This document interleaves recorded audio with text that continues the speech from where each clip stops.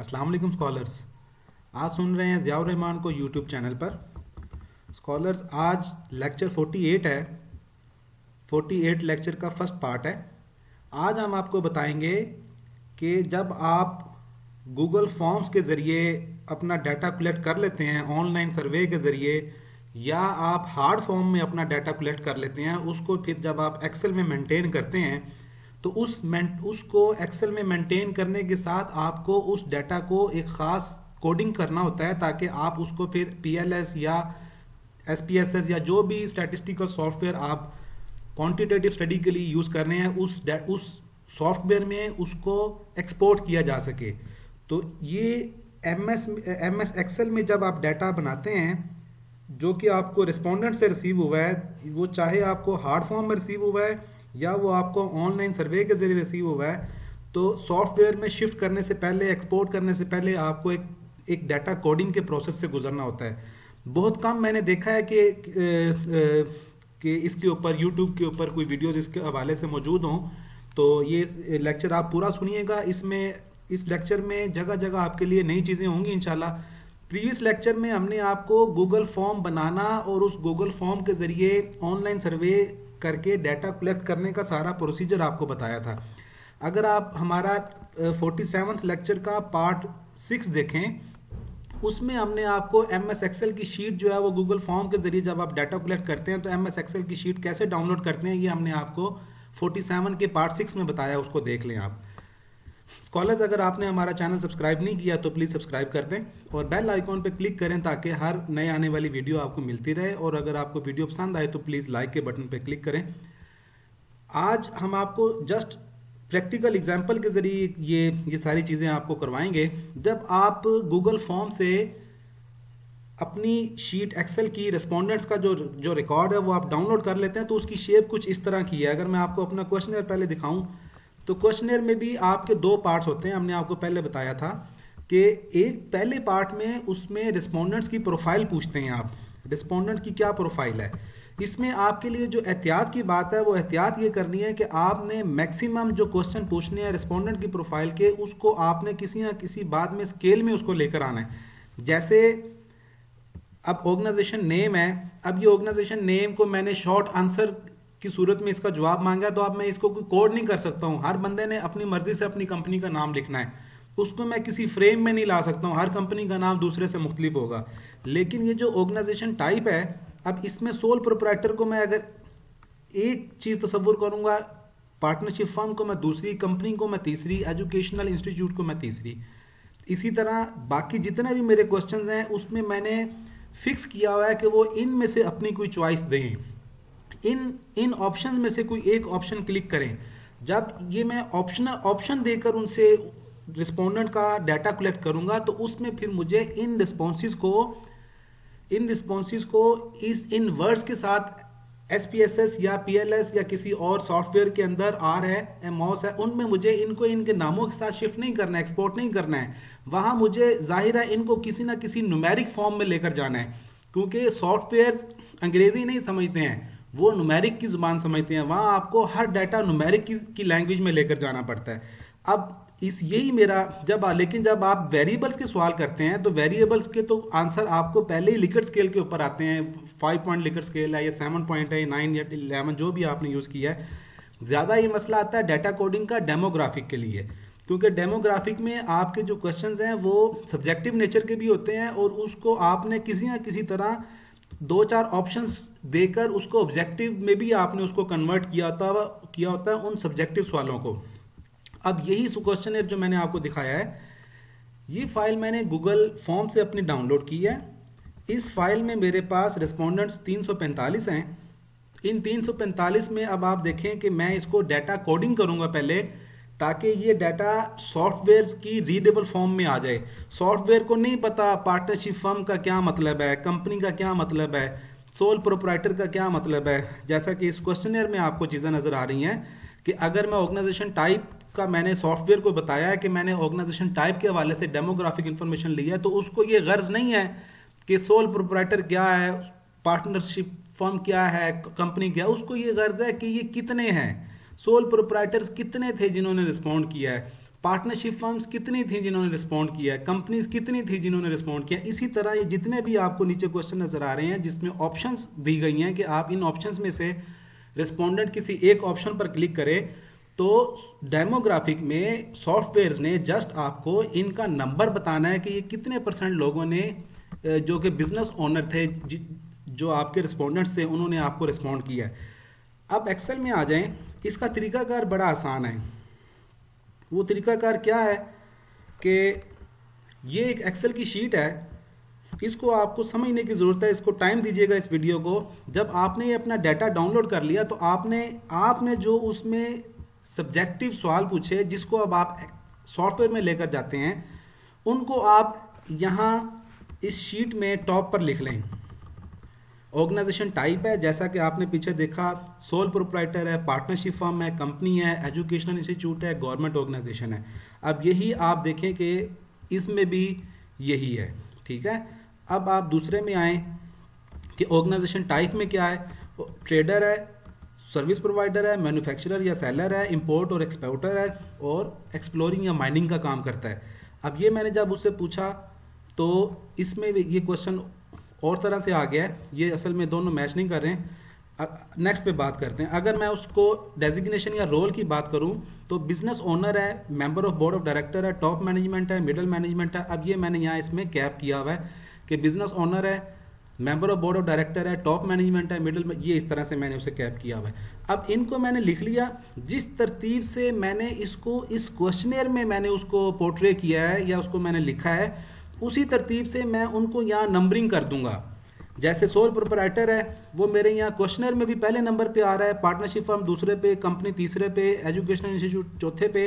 तो यहाँ भी मैं उसको सोल प्रोप्राइटर को पहला नंबर दे दिया, पार्टनरशिप फर्म को दूसरा, कंपनी को तीसरा, एजुकेशनल इंस्टीट्यूट को तीसरा, चौथा।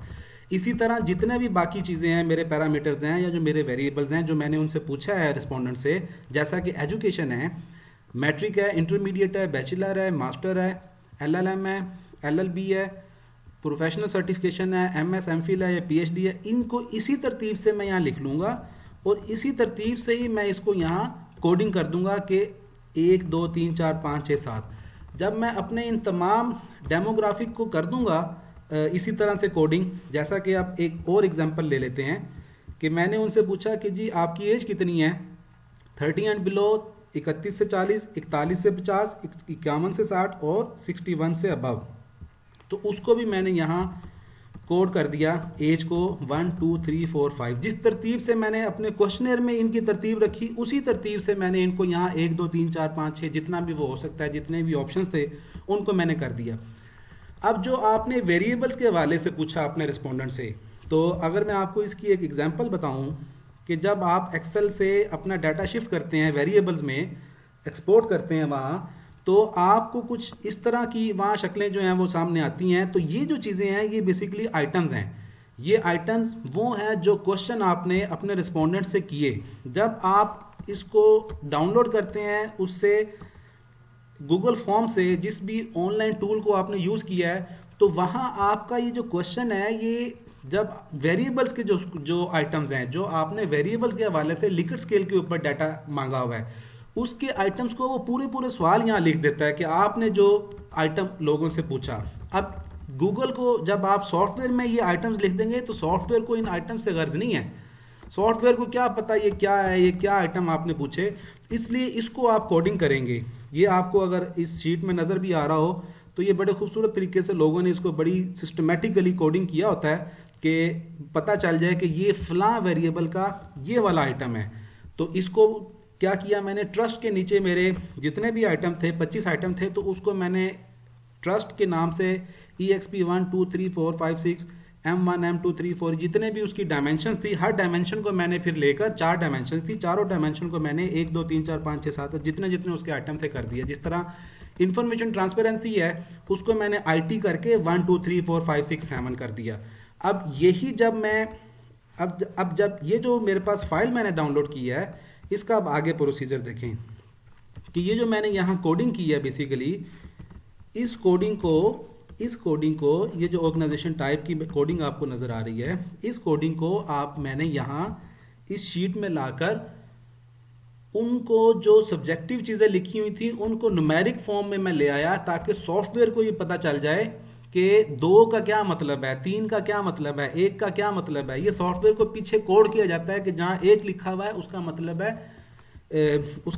है सोल प्रोप्राइटर। ये सॉफ्टवेयर को पीछे बैकएंड पे कोडिंग दी जाती है। तो ये बेसिकली जो कोडिंग आपको अब मैं दिखा रहा हूँ, ये कोडिंग है जब आप एक्सेल से डाटा एक्सपोर्ट करते हैं सॉफ्टवेयर में।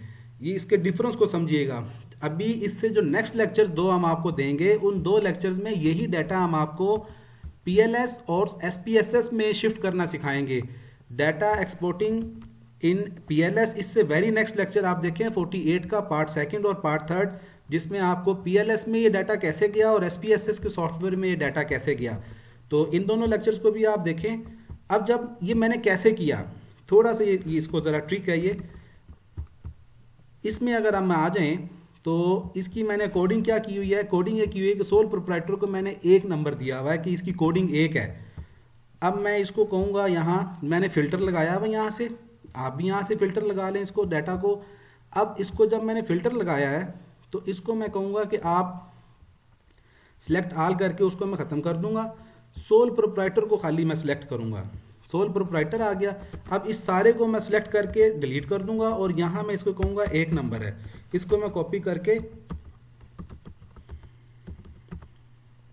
1 मिनट जी,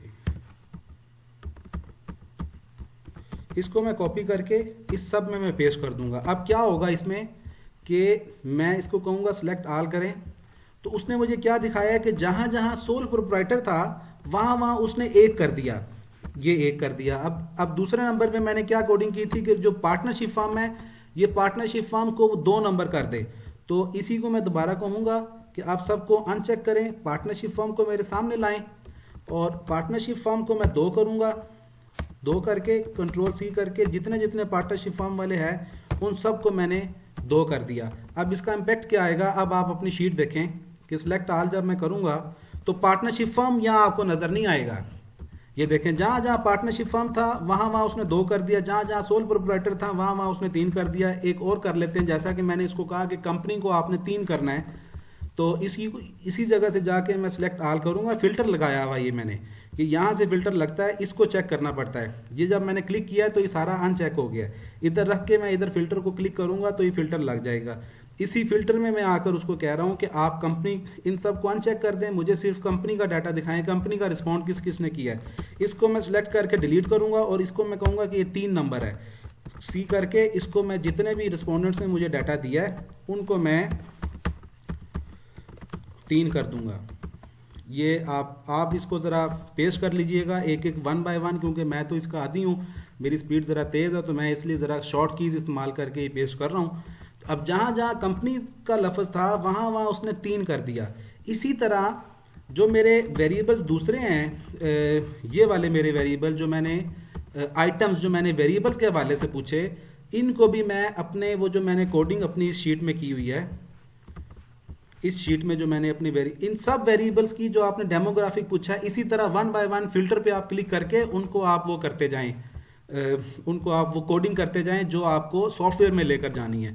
सॉफ्टवेयर की फिर बैकएंड पे अब ये जो मैंने इसको दिए हुई कोडिंग, ये बेसिकली मैंने उसको सेम एज इट इज़ जो है वो जो ये जो इसकी हेडिंग्स थी यहाँ ये वाली, इनको मैंने डिलीट कर दिया और डिलीट करके ये जो मेरी कोडिंग वाली फाइल है, इस कोडिंग से मैंने आकर देखा कि ये कोडिंग्स हैं। इधर से मैंने आकर देखा कि ये जो आइटम है, इस आइटम में किस आइटम को मैंने क्या कोड किया है, ताकि यही फिर कोड जो है वो आगे SPSS या MOS या PLS उसमें यही वाला कोड जो है वो यहाँ यूज़ हो। तो ये देखें, ये उन्हीं आइटम्स को मैंने डिलीट करके 1 बाय 1 करके अपने इन तमाम आइटम्स को, ये वाला जो वेरिएबल्स के आइटम्स हैं, इनको मैंने इस तरह से कोड कर लिया। अब ये डाटा जो है ये बिल्कुल रेडी है। ये न्यूमेरिक फॉर्म में जो डाटा है, ये इस डाटा को सॉफ्टवेयर मानता है, इस डाटा की ऑथेंटिसिटी है, इस डाटा के ऊपर